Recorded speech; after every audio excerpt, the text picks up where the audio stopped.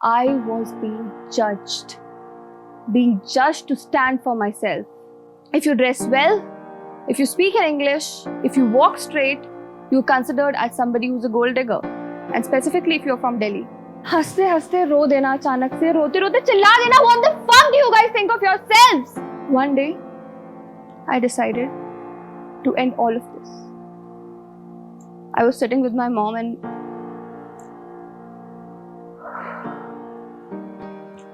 I had a knife in my hand.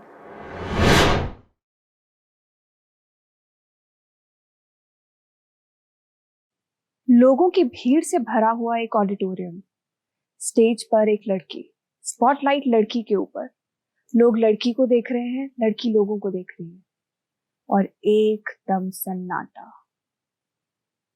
शांति, इतनी शांति कि आपको अपनी धड़कनों की आवाज सुनाई दे। भीड़ की एक बहुत खास बात होती है, जब शोर मचाती है ना तो दिल में उतर जाती है, और जब चुप हो जाती है ना तो ऐसा लगता है कि चारों दिशाओं में मातम फैल गया हो। एकदम से सब लोग तालियां बजाना स्टार्ट करते हैं और एक साथ एक एक के मुंह से ये आवाज आती है, रूपम रूपम रूपम रूपम।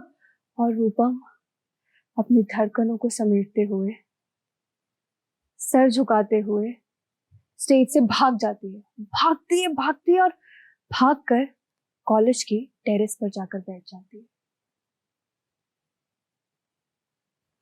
एक पल आसमान को देखती है और सोचती है कि आज शायद मैंने हाथ बढ़ाया ना तो तारों को छू लूंगी। उसकी जिंदगी की कहानी किस्से दर किस्से, हर्फ दर हर्फ उसके सामने खुलते चले जाते हैं। जैसे निदा फाजली ने कहा है कि दुनिया जिसे कहते हैं जादू का खिलौना है, मिल जाए तो मिट्टी है, खो जाए तो सोना है। तो ऐसे ही जिंदगी कभी भी ऐसे नहीं थी। Life was always a roller coaster ride and hence it started. उस इवेंट से 2 दिन पहले पूरे कॉलेज में एक इंसान नहीं था जो मुझसे बात करना चाहता हो। I was being judged to stand for myself. I'm someone who's not afraid to have scars on my sleeves, to carry my pain on my shoulders. Yes, I was in a relationship with someone, and it did not work well.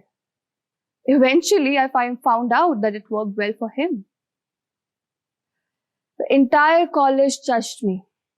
If you dress well, if you speak in English, if you walk straight, you're considered as somebody who's a gold digger. And specifically if you're from Delhi. अगर आप शांति से बैठते हो, normal रहते हो, चुप रहते हो, you're considered as somebody who's a बहनजी type.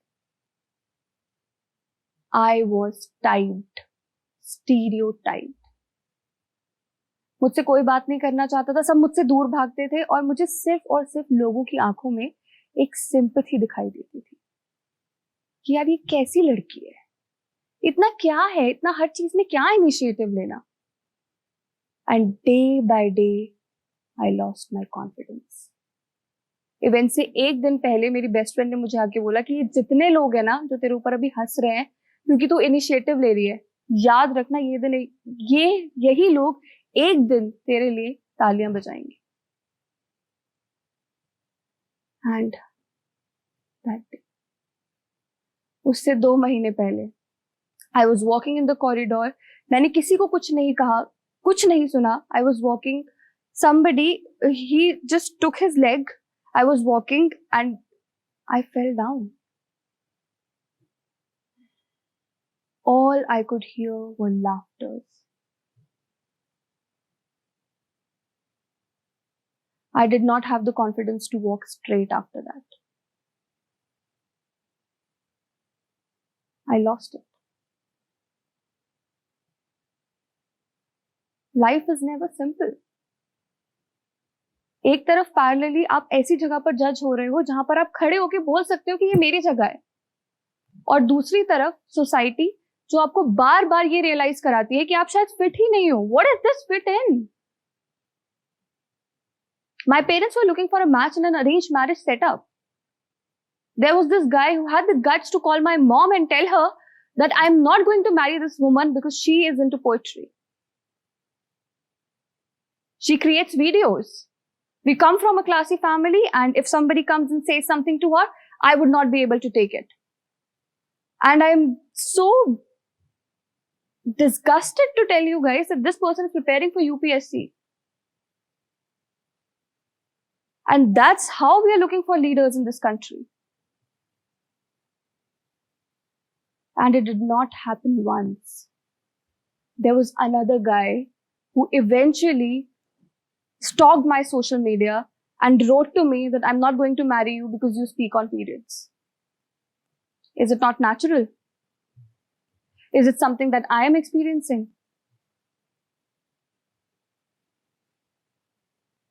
There was a time when I did not want to wake up. I believed in all this and I convinced myself that I'm not a fit-in. I used to cry day in and day out. I had nothing left within me, nothing. I used to sit with my friends and whenever they used to laugh, I used to cry loudly. I never knew what's happening with me. हंसते हंसते रो देना, अचानक से रोते रोते चिल्ला देना. What the fuck do you guys think of yourselves?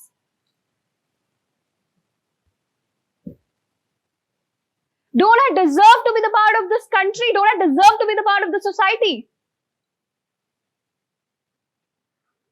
And who are you to define me into type?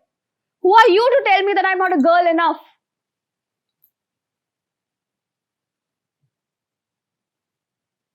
One day, I decided to end all of this. I was sitting with my mom and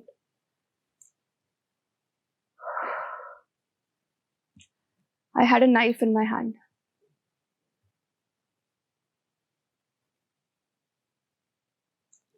And at the end, my mom stood for me.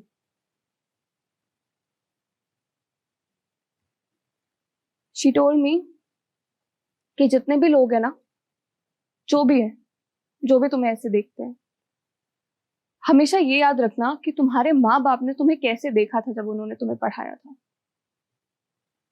और ये सोचना कि पूरी दुनिया चाहे इधर से उधर हो जाए, ये लोग हैं जो हमारे साथ खड़े रहेंगे.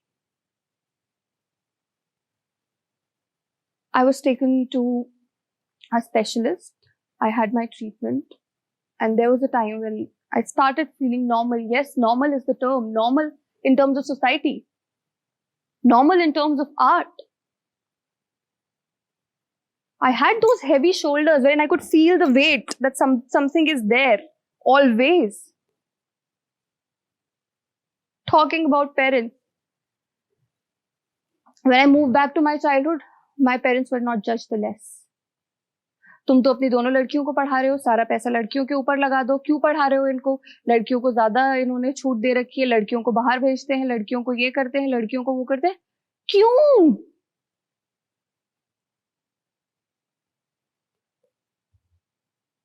I come from a middle class family and I'm proud to say that my parents stood with me and my sister. But I could not remember even one parents teacher meeting wherein people did not make them realize कि तुम कुछ गलत कर रहे हो. है तो चली जाएंगे अपने अपने घर. क्या करोगे इतना पैसा लगा के? क्या करोगे ये सब करके?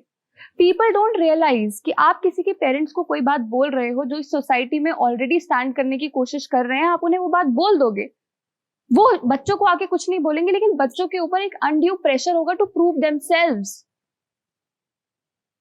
I had this urge to prove myself every day. In school, I was somebody who was good with academics, who loved the stage. The first time I entered on stage was in second standard. And that was the only place I felt myself. But people don't realize this. They think, कुछ भी बोल दो, सब चलता है, फिर तो हम अपने घर जाके चाय पी लेंगे आराम से. दूसरों की जिंदगियों का मसाला आजकल सब चाय में मिला के पी रहे हैं. लेकिन लोगों को ये समझ नहीं आता कि लोग किस तरीके से उस चीज से इंपैक्ट हो जाते हैं. देयर वॉज अ टाइम जहाँ पे मेरे पेरेंट्स के साथ भी वो एक कम्युनिकेशन बहुत ही ज्यादा फेटल हो गया था, क्योंकि अगर आपको कॉन्स्टेंटली एक ही बात सुनने के लिए मिलेगी हर इंसान से, तो आपको कहीं ना कहीं दिमाग में आएगा कि हर कोई कैसे गलत हो सकता है. I still remember that day. I moved out of my house. I was living separately. और एक दिन मेरे पेरेंट्स रैंडमली मुझे लेने आ गए. Okay, confession. That day I asked the guard कि don't let them come inside when you enter into the society, या फिर मुझे फोन करके बता देना. तो ऑब्वियसली गार्ड रोक तो नहीं सकते, लेकिन उन्होंने मुझे फोन करके बताया. मैं नीचे गई. हम सोसाइटी गेट से कार में बैठे हैं और जो मेन गेट है बिल्डिंग का, वहां तक पहुंचे हैं. बिल्डिंग के मेन गेट पर जैसे ही कार रुकी है, मैंने चलती कार से दरवाजा खोला और मैं भाग गई. I was in my pyjamas, T shirt, एक फोन हाथ में, मैं भाग गई. एंग्जाइटी में, फियर में, रोते हुए बस मैं भाग गई. और भागते हुए जाके ऑटो पकड़ा. ऑटो पकड़ के MG. Called all my friends. घर से फोन आ रहे हैं, रूममेट्स के फोन आ रहे हैं, सबके फोन आ रहे हैं, किसी का फोन नहीं उठाया, क्योंकि मुझे समझ ही नहीं आया कि मुझे करना क्या है. तब मुझे रियलाइज हुआ कि आलोक धनवा ने लिखा था, घर से भागी हुई लड़कियां.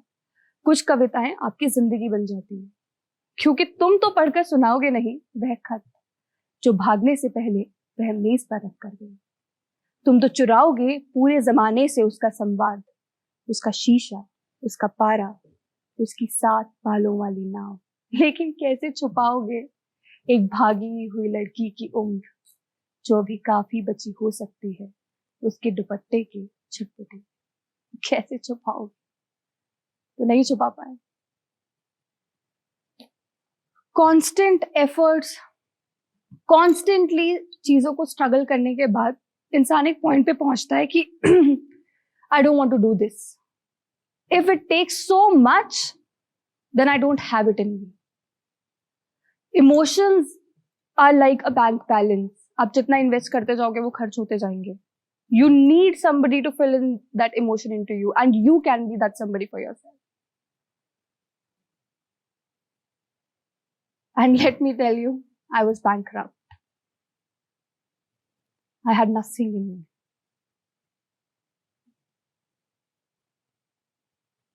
तब मैंने एक कविता लिखी, ऐसी एक लड़की.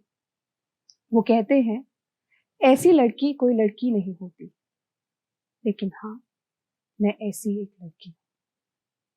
मैं अब जब भी बाहर निकलती हूँ, बेबाक आंधी सी लहराती हुई, भयावह सपने अपनी आंखों में लिए, जो हो जाते हैं रात्रि में और भी ज्यादा ताकतवर. अंधियारी गलियों में tick tock tick tock tick tock, एड़ियां ऊपर करके चलने वाली लड़की. वो कहते हैं, ऐसी लड़की कोई लड़की नहीं होती, पर हाँ, मैं ऐसी ही लड़की हूँ. मैंने घने जंगलों में खाली गुफाएं ढूंढी हैं, जहां लटके हैं कंकाल. नकाशियों में है मकड़ियों की जाल, जहां रेंगती मकड़ियां पी रही होती हैं पानी लाल झील से. गुफा के एक दरीचे से दिखता है खुला आसमान, जहां सितारों का आना जाना है. वो क्या है, लड़कियों का आसमान में उड़ना अपशकुन माना गया है. वो कहते हैं, ऐसी लड़की कोई लड़की नहीं होती, पर हाँ, मैं ऐसी एक लड़की हूं. मैंने उठा रखा है तुम्हारा तुम्हारा तुम्हारा तुम सबका भार अपने सीने पर. तुम्हें दिखती हैं तो केवल रस्सियां, जिन्हें खींचते खींचते घाव बन चुका है नासूर, जिसकी जड़ें मेरी हड्डियों को जला रही हैं. मैं टूटी हड्डियों को समेट कर दौड़ रही हूं, दौड़ रही हूं और दौड़ रही हूं. वो क्या है ना, ऐसी लड़की को मरने से डर नहीं लगता. वो कहते हैं, ऐसी लड़की कोई लड़की नहीं होती, और हाँ, मैं ऐसी एक लड़की हूं. मेरा नाम रूपम. मैं बहुत बीमार थी. मेरे सिम्टम्स थे fear, anxiety, overthinking, not loving myself. And it took me time, strength and 2 F's to move out of this. अगर आपके भी यही सिम्टम्स हैं, तो समझ लीजिए ये सोसाइटी, ये दुनिया आपके अपने तब तक आपके नहीं है जब तक आप खुद के नहीं हैं. If you can't stand for your self, nobody else will. So stand for yourself. खुद को खुद ही उठाना पड़ता है, खुद के लिए खुद ही सोचना पड़ता है और खुद के लिए खड़े होना पड़ता है, क्योंकि आप खड़े होगे ना तो आपके पीछे लाखों और करोड़ों की कतार है जिनके पास वो वॉइस नहीं है। It took me long to get this voice, and now when I have it, I'm not going to shut up. And I request you, do not.